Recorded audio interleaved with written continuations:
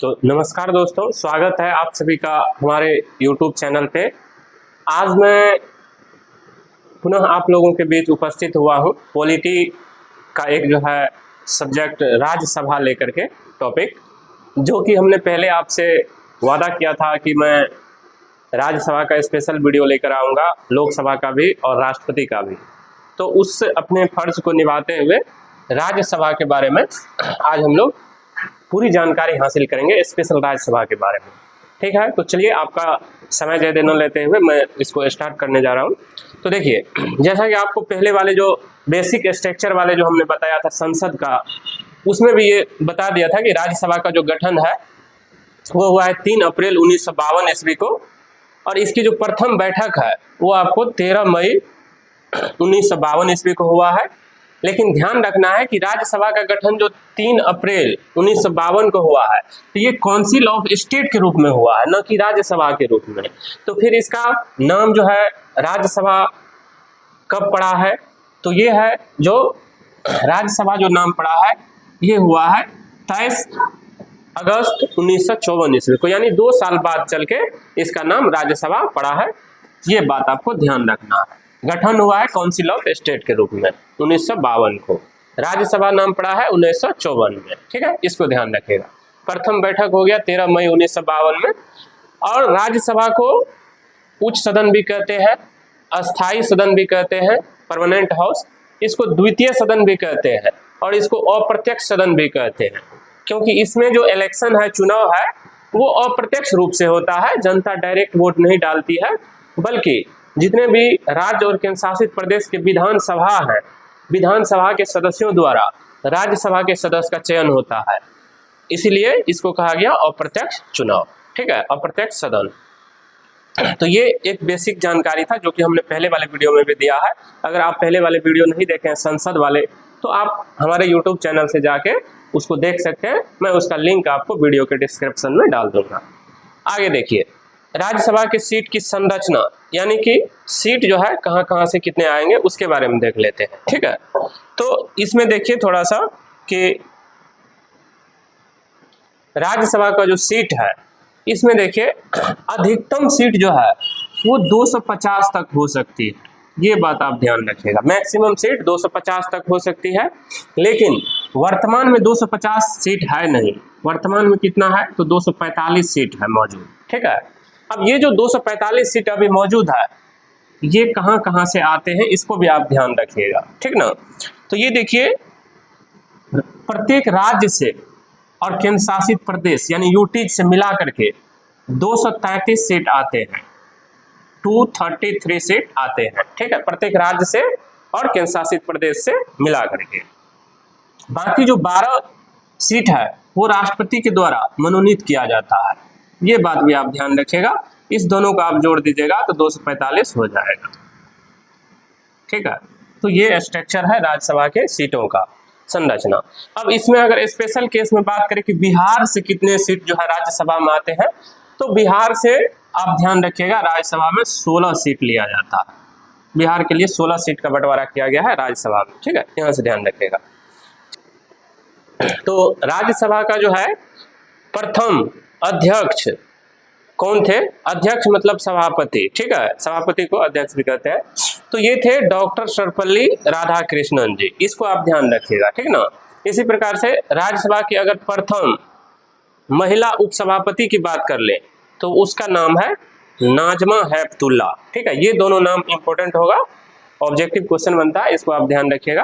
अगर आपसे पूछे कि राज्यसभा के प्रथम सभापति कौन थे, तो डॉक्टर सर्वपल्ली राधाकृष्णन थे, और राज्यसभा की प्रथम महिला उपसभापति कौन थी ना, तो ये नाजमा हेपतुल्ला। तो बढ़ते हैं आगे, इसके आगे भी और कुछ जानकारी है उसके बारे में हम लोग देखते हैं। आगे देखिए नेक्स्ट स्लाइड पे। ठीक है, आगे देखते हैं राज्यसभा के बारे में जो है और कुछ इंफॉर्मेशन है। देखिए, राज्यसभा के चुनाव की प्रक्रिया, यानी कि राज्यसभा के सदस्यों का चयन कैसे होता है। तो आपको हमने अभी पहले भी बताया कि राज्यसभा का जो सदस्य होगा, यानी कि जो 245 सदस्य हैं, ठीक है, इसका चयन कौन करेंगे, कैसे करेंगे, तो प्रत्येक राज्य के जो विधान परिषद है,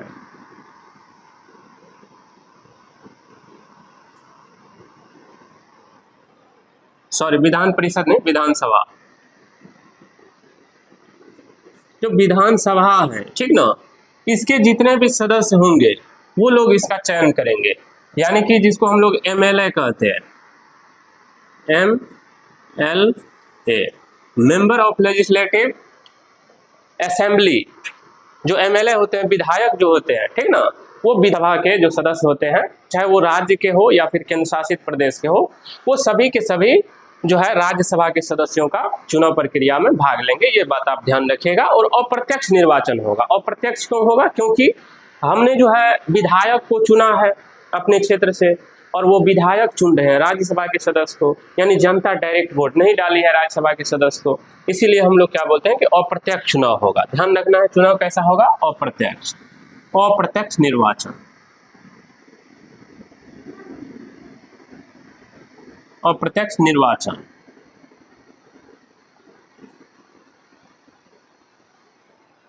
ये बात आप ध्यान रखिएगा, ठीक है। राज्यसभा का चुनाव अप्रत्यक्ष रूप से होता है, जिसमें कि विधानसभा के और सदस्य जो है भाग लेते हैं, चाहे वो राज्य के हो या फिर केंद्र शासित प्रदेश को हो। आगे बढ़ते हैं, आगे देखते हैं राज्यसभा का कार्यकाल ना। तो कार्यकाल देखिए, राज्यसभा का जो कार्यकाल होगा ना, ये होगा अनिश्चित काल के लिए।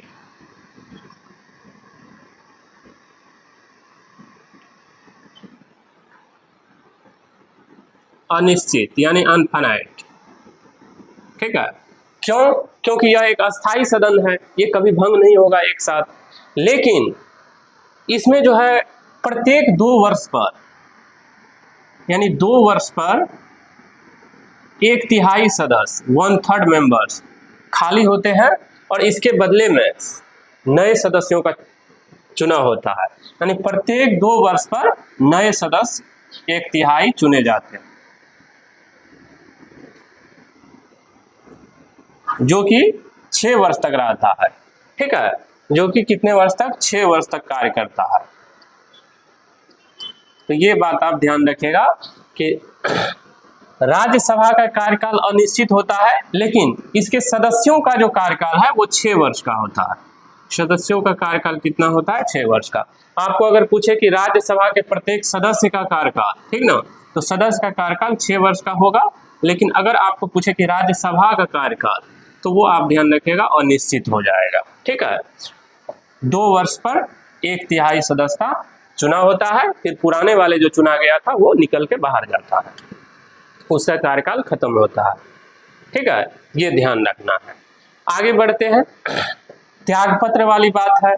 अगर किसी सदस्य को त्यागपत्र देना है तो वो किसको देगा, और अगर सभापति को त्यागपत्र देना है तो वो किसे देंगे, या उपसभापति को त्यागपत्र देना है तो वो किसे देंगे। तो आइए इसको समझते हैं, कॉन्सेप्ट क्लियर करते हैं आराम से। तो देखिए, राज्यसभा के जो सदस्य हैं, आपको अभी पता है कि 245 है। अगर इनमें से किसी भी व्यक्ति को त्यागपत्र देना है, अपना पद छोड़ना है, रिजाइन करना है, तो वो सबसे पहले सभापति को अपना त्यागपत्र देंगे, ठीक ना। और ध्यान रखना है कि ये सभापति जो है ना, ये भारत के उपराष्ट्रपति होते हैं। सभापति जो है ना, वो कौन होते हैं? तो उपराष्ट्रपति होते हैं। इस बात को आप ध्यान रखिएगा। यानी कहा गया है कि भारत देश के उपराष्ट्रपति राज्यसभा के सभापति होंगे, पदेन सभापति होंगे, ठीक ना। यानी उसका चयन तो होता है उपराष्ट्रपति के लिए, लेकिन वो कार्य करेंगे सभापति पद के लिए, और उसको वेतन भी मिलेगा सभापति पद के लिए। ये एक महत्वपूर्ण क्वेश्चन है, इसको आप ध्यान रखिएगा। तो सदस्य को अगर त्यागपत्र देना है तो पहले सभापति को देंगे, और अगर सभापति नहीं है, मान चलिए अनुपस्थित है, तब देंगे किसको? तो उपसभापति को, ठीक है। अब अगर बात कर ले कि उपसभापति अपना त्यागपत्र किसको देगा, तो देखिए, उपसभापति जो अपना त्यागपत्र देगा तो ये देगा सभापति को, ठीक है। उपसभापति त्यागपत्र देगा सभापति को, लेकिन अगर सभापति को त्यागपत्र देना है तो ये देंगे राष्ट्रपति को,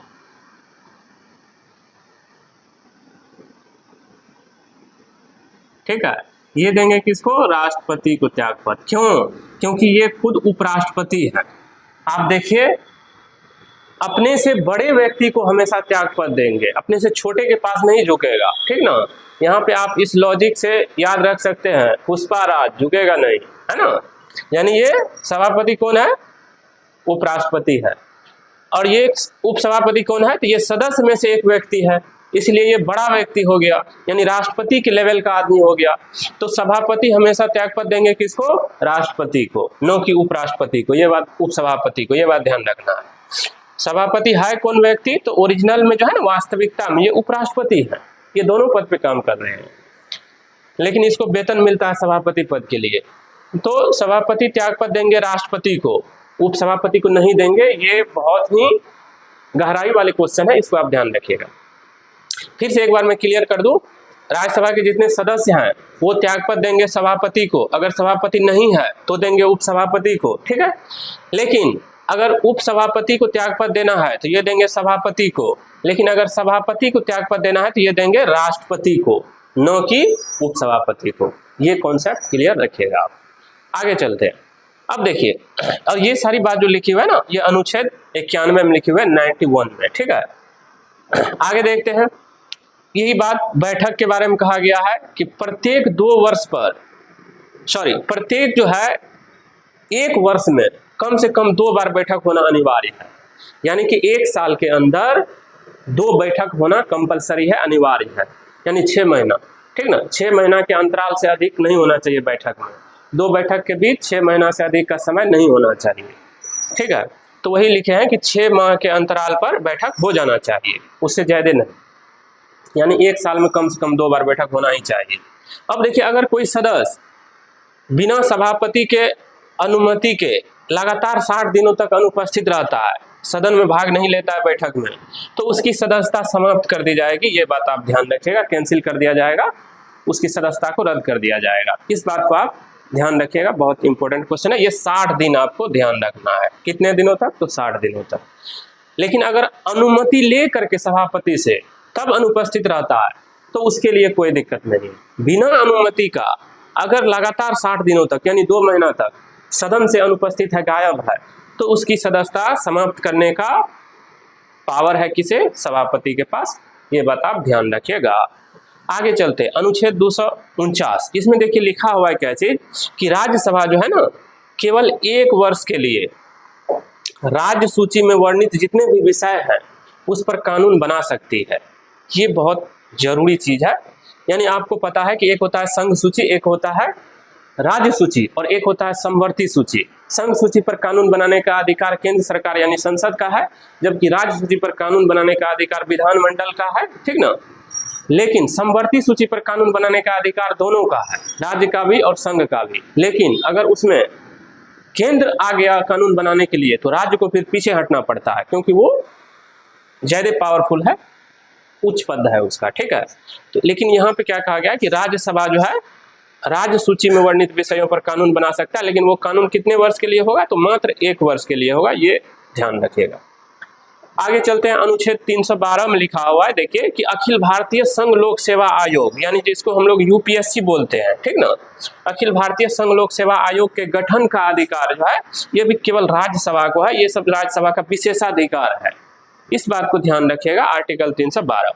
अब देखिए, नोट में जो कुछ बात है इसमें क्या कहा गया है कि धन विधेयक, आपको पता है धन विधेयक वे सभी विधेयक जो कर से जुड़ी हुई हो, कर मतलब टैक्स, चाहे टैक्स में वृद्धि करना हो या टैक्स में कमी करना हो या पुराने कर को समाप्त करना हो या फिर नए कर को लागू करना हो, यानी टैक्स में परिवर्तन से संबंधित अगर कोई भी विधेयक बिल आया है सदन में तो वो धन विधेयक की श्रेणी में रखा जाएगा, ठीक ना।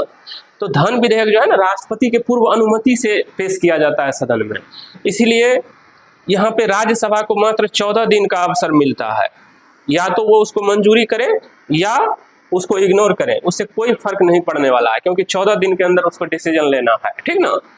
अगर नहीं लेता है तो उसके बाद ये स्वतः पारित माना जाएगा, ठीक है, सीधा जाएगा राष्ट्रपति के पास लोकसभा से होते हुए और उसको पारित कर दिया जाएगा। ये एक स्पेशल पावर है। इस केस में राज्यसभा का पावर कम हो जाता है, यानी कहने के लिए तो उच्च सदन है, लेकिन यहाँ देखिए आप मात्र 14 दिन का इसको समय मिला है, तो यहाँ पे इसका पावर जो है न्यूट्रल कर दिया गया है, सीमित कर दिया गया है। आगे देखते हैं। तो राज्यसभा के सदस्यों की योग्यता की बात कर लेते हैं, जो कि हमने पहले भी बता चुका था संसद वाले वीडियो में, कि भारत का नागरिक होना चाहिए, ठीक है, और उसका न्यूनतम उम्र 30 वर्ष होना चाहिए, न्यूनतम उम्र 30 वर्ष होना चाहिए कम से कम, और किसी भी लाभ के पद पर नहीं होना चाहिए, ठीक है, और मानसिक रूप से स्वस्थ होना चाहिए। यानी दिवालिया भी घोषित नहीं होना चाहिए। दिवालिया मतलब कर्ज में डूबा हुआ नहीं होना चाहिए। दिवालिया यानी कर्ज में नहीं होना चाहिए। तो ये सब हमने पहले भी आपको बता चुका है। कर्ज में नहीं होना चाहिए, मानसिक रूप से स्वस्थ होना चाहिए, किसी भी सरकारी लाभ के पद पर नहीं होना चाहिए, उनका उम्र जो है 30 वर्ष का होना चाहिए और भारत का नागरिक होना चाहिए, यानी कि भारतीय होना चाहिए। क्या होना चाहिए? तो भारतीय। ये 5-6 क्राइटेरिया है जो कि राज्यसभा के सदस्य बनने के लिए योग्यता होगी। इसके अलावे भी देखिए है कि संघ अथवा राज्य का जो मंत्री पद होगा, ठीक ना, जो पहले से मंत्री पद पे बैठे हुए हैं, उस पद को लाभ का पद नहीं माना जाएगा। ये बात स्पष्ट रूप से लिखा हुआ है अनुच्छेद 102 में। अगर आप अनुच्छेद 102 को पढ़ेंगे तो इसमें देखिएगा कि जो ये मंत्री का पद है ना, इसको लाभ का पद नहीं माना गया है, ठीक है। ये अजीब सी बात है, यानी मंत्री को 1.5-2 लाख रुपया मंथली मिलता है, फिर वो लाभ नहीं कमा रहे हैं, है ना। तो ये उसका अपना टेक्नोलॉजिया है, हमें नहीं पता क्या है नहीं है, ठीक है, आप देख लीजिएगा। अब देखिए, अगर योग्यता के बारे में कोई विवाद उत्पन्न होता है कि कोई व्यक्ति योग्य है नहीं है, अगर आपसी ऐसा विवाद होता है तो वो कौन सुलझाएंगे, ठीक ना।